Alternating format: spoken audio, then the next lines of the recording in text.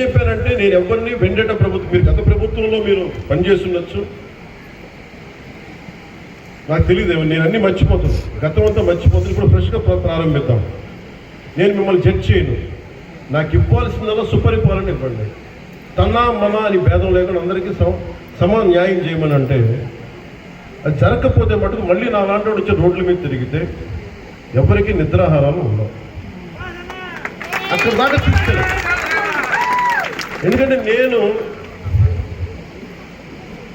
ఒక రౌడీ మూకను ఎదుర్కోవడానికి, గుండాల మూకను ఎదుర్కోవడానికి నేను మొదటి తరం రాజకీయ నాయకుడిని. మొదటి తరం రాజకీయ నాయకుడిని. మా నాన్న ముఖ్యమంత్రి కాదు, మా నాన్న కానిస్టేబులే. నాకు 10 మంది తెలియదు. ఈ వేదిక పైన ఉన్న పెద్ద అధికారులు ఐఏఎస్లు అంటే నాకు భయం వేస్తుంది. నాకు పెద్దది ఇంత నేను చిన్న ఉద్యోగం కొడుకుని కదా. మా నాన్న ఏం చెప్పాడు, చిన్నప్పుడు చిన్న దొరగారు వచ్చారు, ఇంట్లో నుంచి భోజనం పంపించాలని. మాకు ఐజీలు అంటే దొరగారు మాకు, మా ఇళ్ళలో.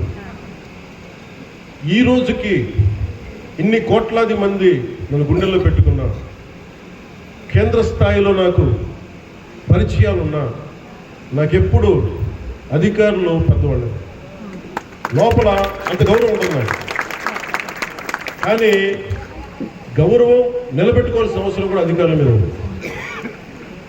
ఎందుకంటే నేను ప్రజల కోసం పనిచేస్తాను. అందుకని ఈ బాధ్యతని అందరూ చేయాలి. ఎందుకంటే నేను ఈవ్ టీజింగ్ అనేది నాకు చాలా చిరాకు. నిస్సహాయ స్థితిలో ఉన్న ఆడపిల్లల్ని వేధించడం అనేది మగతనం కాదు. మీరు మగతనం కావాలంటే జిమ్నాస్టిక్స్కి వెళ్ళండి. మీరు మగతనం ప్రూవ్ చేయాలంటే దేశం కోసం ఒళ్ళొంచి ఆర్మీలో జాయిన్ అవ్వండి. ఆడపిల్లల్ని ఏడిపించి అది మగతనం అంటే తొక్కి నార తీస్తాం, పిచ్చ పిచ్చగా. ఎందుకంటే ప్రతి ఇంట్లో ఆడపిల్లలు ఉన్నారు, తల్లి లేకుండా మనుగడ లేదు సృష్టిలో. మీరు ఆడబిడ్డలకి పోలీస్ శాఖ కూడా నేను చాలా బలంగా చెప్తా ఉన్నాను, ఇంకొకసారి నాకు ఈవ్ టీజింగ్ అనేది నాకు కనిపించకూడదు పిఠాపురంలో. This is my directive. అంటే నా నియోజకవర్గాన్ని నేను సవ్యంగా చేసుకోలేనప్పుడు, నా నియోజకవర్గాన్ని నేను సరిగ్గా కాపాడుకోలేను, నా డిప్యూటీ ముఖ్యమంత్రి పదవి దేనికి, అధికారులు ఉండడం దేనికి. నేను చాలా స్పష్టంగా ఉన్నాను ఈ విషయంలో. వీళ్ళని కొడితే క్రిమినల్స్కి కాస్ట్ లేదు, గుర్తుపెట్టుకోండి. తప్పులు చేసి కులాల వెనక దాక్కుంటే బయటికి తీసుకొస్తాం, గుర్తుపెట్టుకో. కులాల వెనక దాక్కోకండి. వాళ్ళు క్రిమినల్స్కి కులం లేదు, ప్రజాప్రతినిధులకి కులం లేదు. We are very clear about. నేను చాలా స్పష్టంగా ఉన్నాను దాని మీద. ఈయన కొడితే మాకు ఓట్లు పోతాయి. నేను అధికారులందరికీ చెప్తా ఉన్నాను, సార్ ఈయన అరెస్ట్ చేస్తే ఓట్లు పోతాయి. ఎందుకు ఓట్లు పోతాయి? ఎవరు వెనకేసుకొస్తారు వీళ్ళని? నేనైతే వెనకేసుకురాను, మా కూటమిలో ఉన్న నాయకులు ఎవరు వెనకేసుకురాను. ఒకళ్ళు వెనకేసుకొస్తే సరిదిద్దుతాం.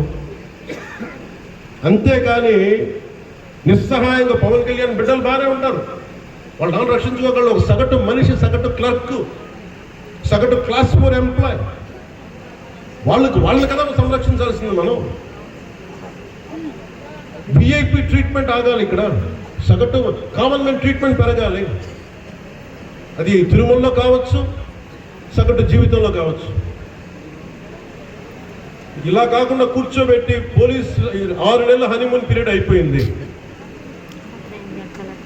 హనీమూన్ పీరియడ్ అయిపోయింది అందరికీ, నాతో సహా.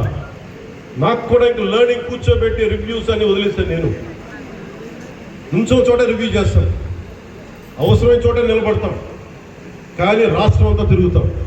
మన పిఠాపురంతో మొదలు పెట్టుకోండి.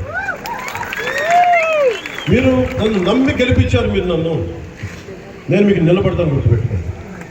మీరు నాకు ప్రోగ్రెస్ ఇవ్వండి, నాకు నేను మళ్ళీ పని చేసే ఓట్లు అడుగుతాను. కానీ ఈ లోపల మటుకు నాకు మీరు జేజేలు కొట్టండి, ఆటోగ్రాఫ్లో నేను ఇవ్వకపోవచ్చేమో, కానీ మీకు పని అయితే ఊళ్ళోంచి పనిచేస్తాను.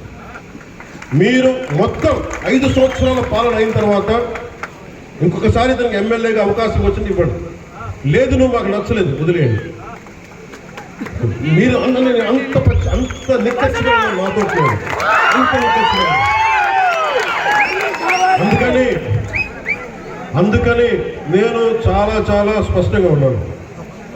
15 ఏళ్ళ తక్కువ కాకుండా అలయన్స్ ఉండాలని మనస్ఫూర్తిగా నేను ఆ శక్తి పీఠాన్ని మానేసి చెప్తాను. కానీ అధికారి యంత్రాంగం మాకు మీ సహకారం కావాలి. నేను గవర్నమెంట్ ఎంప్లాయ్ కొడుకునే, లేట్ గవర్నమెంట్ ఎంప్లాయ్ కొడుకుని. నేను కష్టాలు నాకు తెలుసు. జీతాలు రాకపోతే స్కూల్లో నుంచి బయటికి పంపించేసిన సంఘటనలు కూడా ఉన్నాయి. నాకు అవి తెలుసు. నాకు కరెక్ట్గా కూర్చోబెట్టి 1వ తారీఖు జీతాలు రావు, 7కో 8కో వస్తే స్కూల్ నుంచి పంపించేసేవాళ్ళు నన్ను. అవి కూడా చాలా సందర్భాలు జరిగినాయి. నా కష్టాలు తెలియదని చెప్పకండి, ఎవరు నా కష్టాలు తెలుసు. అందుకే నిన్న ఎందుకు తగ్గి మాట్లాడతానంటే కష్టాలు తెలిసిన వాడిని కాబట్టి నాకు అధికారం అలంకారం కాదు, అధికారం బాధ్యత. కానీ నాకు పిఠాపురం బాగుండాలి. నేను చాలా చాలా స్పష్టం. లా అండ్ ఆర్డర్ కనుక ఎవరన్నా సరే ఇష్టరాజ్యంగా ఎవరన్నా సరే ఇష్టం వచ్చినట్టు చేస్తే ఒక్కి నారత్తిస్తాను. నా ఇష్టం కుదరదట్లా.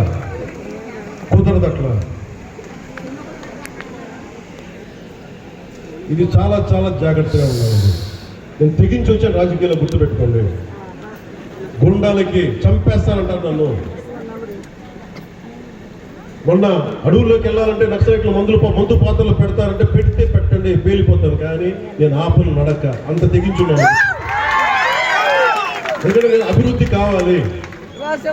పోలీస్ వ్యవస్థ ఏం చెప్తారు, అక్కడ వెళ్తే మీరు మందు పాత్రలు ఉంటాయి, ఇబ్బంది పెడతారు, భయపెడతారు. భయపడేవాడిని రాజకీయాలకు రాకూడదు. మంచి చేయాలని వచ్చిన భయం లేదు. అంటే ఇంత తెగించిన వాడిని